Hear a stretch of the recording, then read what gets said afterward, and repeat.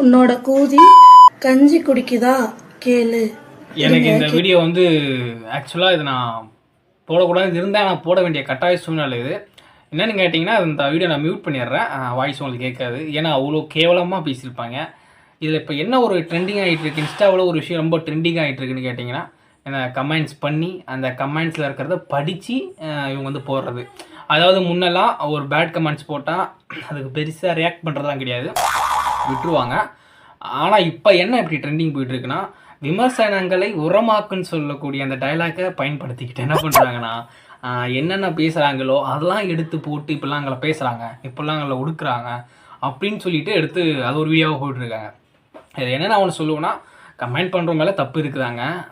Okay, அவன் பேசுகிறது அவன் பண்ணுறது சொல்கிறதெல்லாம் ரொம்ப ரொம்ப தப்பு, கண்டிக்கத்தக்கது. பட்டு எல்லா கை ஒரே மாதிரி இருக்குமான்லாம் தெரியாது. இருந்தாலுமே நம்ம என்ன பண்ணுவோம், அதை சரி பண்ணுறவங்கன்னா அதை நம்ம வந்து இக்னோர் பண்ணிட்டு போயிடணும்.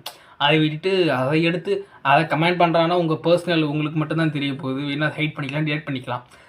நீங்கள் இப்போ என்ன பண்ணுறீங்கன்னா அதை எடுத்து ஃப்ரண்ட்டில் போட்டு அது ஒரு கண்டென்ட்டாக க்ரியேட் பண்ணி அந்த கண்டென்ட்டை பப்ளிஷ் பண்ணி அதை 4 பசங்க பார்த்து ஸ்க்ரோல் பண்ணும்போது சின்ன பசங்களாம் பார்க்குறாங்க. அசிங்கமாக பேசி ஓகே பேசிட்டாங்க, நீங்கள் மியூட் பண்ணி போட்டிருக்கலாம், அப்படிலாம் நீங்கள் அதை வேறு விதமாக சொல்லியிருக்கலாம். அதை விட்டுட்டு ஒரு லேடியாக இருந்துக்கிட்டு ஒரு சமூக வலைதளத்தில் இப்படி பேசுகிறது ரொம்ப ரொம்ப ரொம்ப ரொம்ப கண்டிக்கத்தக்கது.